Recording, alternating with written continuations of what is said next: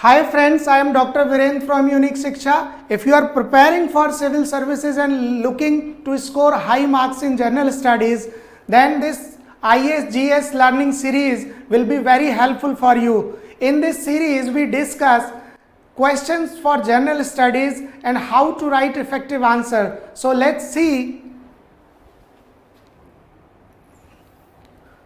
Today in present session, we will discuss a question from Indian economy section. The question is, what is the pre-packaged insolvency process under Insolvency and Bankruptcy Code 2016 and how it will benefit micro, small and medium enterprises? So you need to write this question in 150 words which carries 10 marks. So before starting answering this question, we should a bit discuss about the development about this question. Recently there is an amendment in Insolvency and Banking Code 2016 through ordinance in April 2021. So this question become important for general studies from Indian economy section. So let's see how to handle this question. Friends, for writing answers in civil service mains is very challenging. So you should develop a blueprint of the answer in advance in 1 or 2 minutes. So to plan your answer well. Otherwise, you may land in writing irrelevant facts and figures. So just to avoid this, just plan your answer well. In present question, just introduce in 30-40 words what is the pre-packaged insolvency process.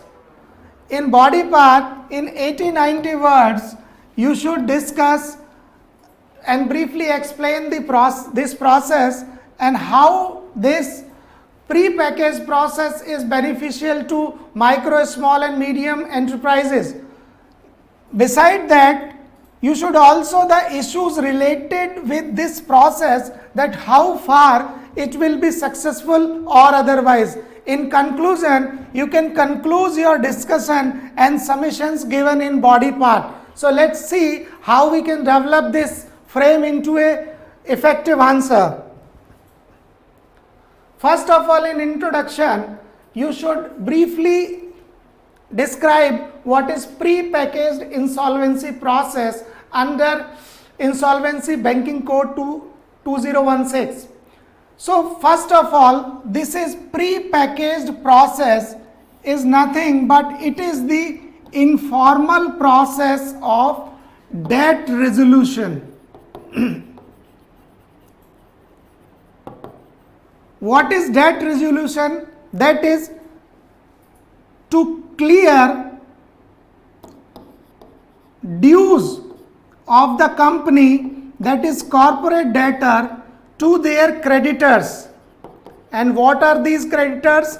They may be banking institutions or financial institutions which have provided loan to a particular company which is now in financial crisis and not able to pay their debt. What is the debt? That is the principal amount and the amount of interest. So basically this process is nothing but amicable resolution of the dispute regarding the payment of the debt. So this informal process has been introduced through the amendment process so that the dispute regarding the debts or payment should be cleared between the debtor company and their creditors. And what is the main objective of this process is, that is quicker and cost effective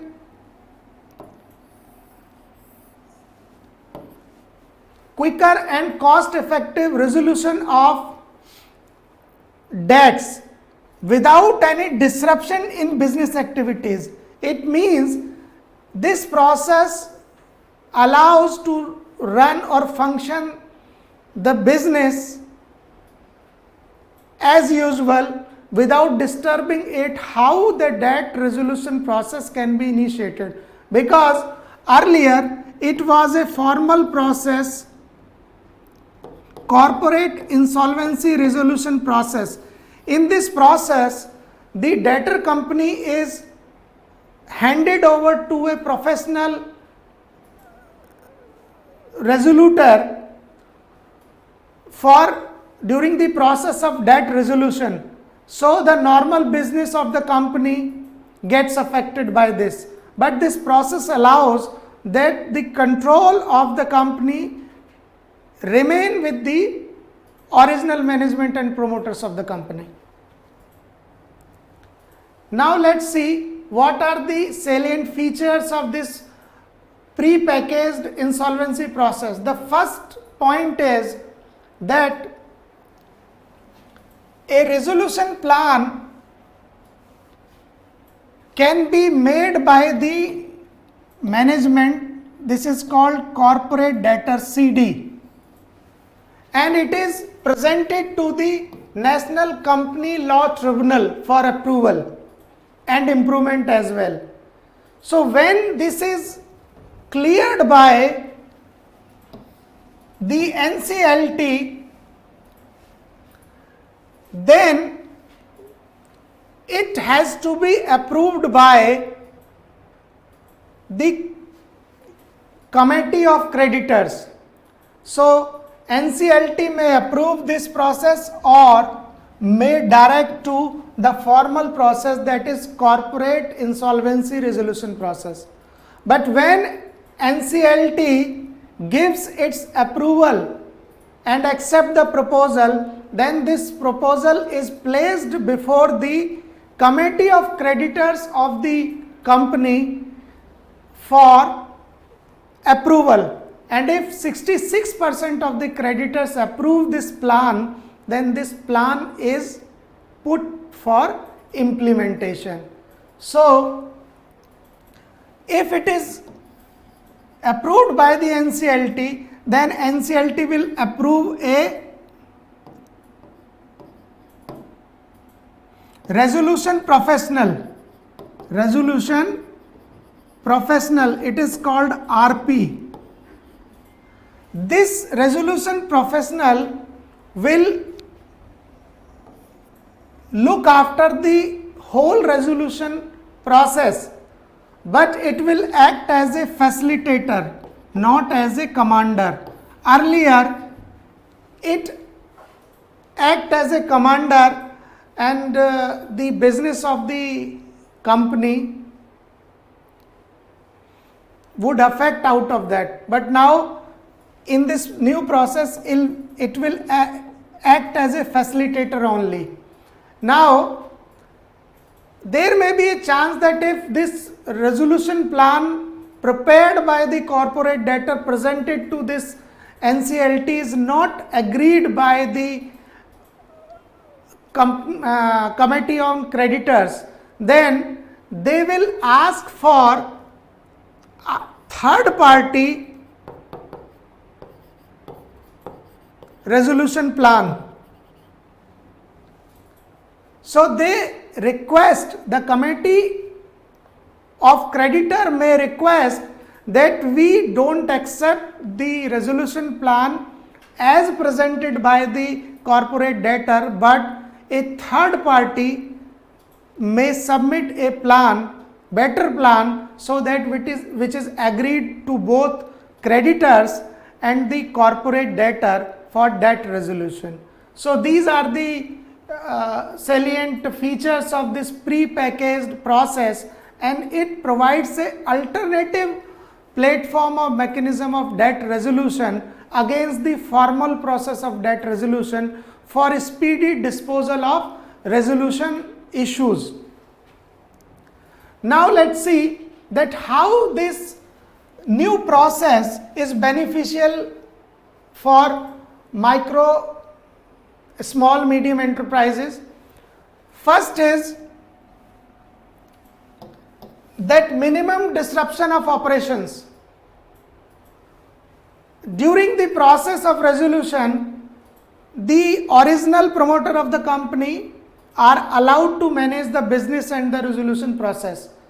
So they have another chance to revive the company. Second is that it is much faster and efficient process. Why? Because it takes less time. This is 120 days only.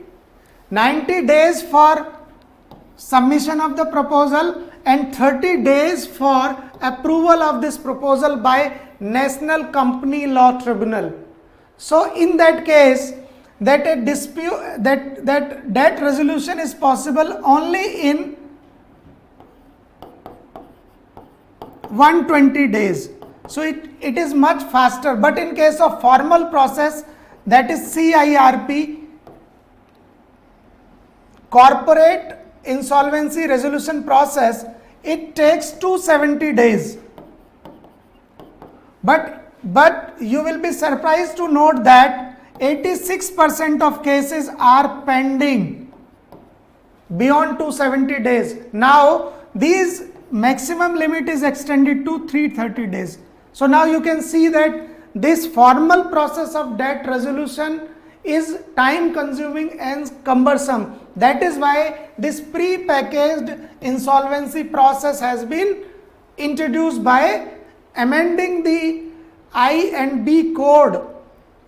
So, but there are some issues with this pre-packaged process where the amendment is silent about. Now let's see that if company of creditor doesn't want to allow the original management to carry over the business and insist for that professional resolutor will take the charge, then there will be a tussle between the corporate debtor and the creditor again, and the code is silent about this. Now second point is that amendment is silent about grounds on which the committee of creditor may decide to terminate this process and adopt this formal process amendment. The NCLT can only direct the adoption of formal process, but it cannot look into grounds on which the creditor terminated this process. So there is no authority with the NCLT to direct the creditors that why they have decided not to adopt this process. Again, there is also an issue that in case the resolution plan is not approved by the committee of creditors, and this committee insists that the base plan is not acceptable to them. So this amendment is silent about that whether the company of creditor will give another chance to corporate debtor for debt resolution under this pre-packaged process, or it will adopt this formal CIRP. So these are some issues with this pre-packaged process which may affect its application. You can conclude your answer by that this process provides faster resolution of cases in 120 days, but in case of formal process it is 270 days, which has now been increased to 330 days. Another, it brings down the cost of resolution process, which is beneficial to MSMEs. Secondly, it will lead to faster disposal of cases by National Company Law Tribunal, because this process provides speedy disposal of cases, and NCLT will be able to focus on other cases. Next is, it can maximize the outcomes for stakeholders, because this process is beneficial for both creditors and the corporate debtor as well, because it provides fast and speedy disposal of debt resolution. Second is that it can provide stability to the company or that is small scale enterprises, that they can continue their business and there are chances of revival under this process. So it will also good for employment, retention of employment opportunities, and it will protect the jobs for those who are working in that company. Again, as a way forward, you should suggest that this PIP will take time and it will evolve with the help of clarification and judicial interpretations, and this process has to gain the confidence of the MSMEs that they should go for pre-packaged insolvency process rather than adopting for the formal procedure or RBI procedural norms. So definitely this is again positive aspect of corporate governance. So friends, now let's have a look again on answer structure. In introduction, you should briefly introduce this pre-packaged insolvency process. This is PPIP. And in body part, you should briefly explain the pre-packaged process, how does this process is beneficial to MSMEs, and what are the issues with implementation with PPIP, and in conclusion, conclude your submissions and suggest a way forward. So I wish that you have been able to grasp the content of the question and how to tackle with this. So you can also join our IS Live Foundation course run by Unique Shiksha, and we provide live interactive classes with doubt resolution sessions along with more than 100 tests. You can also take our IAS Prelims Challenge and join our live classes, personal mentoring, etc. Friends, if you have liked this video, please do subscribe our channel and like our video, and keep watching to have more questions on this, and don't forget to view our next video, blog video on Thursday. So with these words, I wish you a good luck for your preparations. Thank you very much.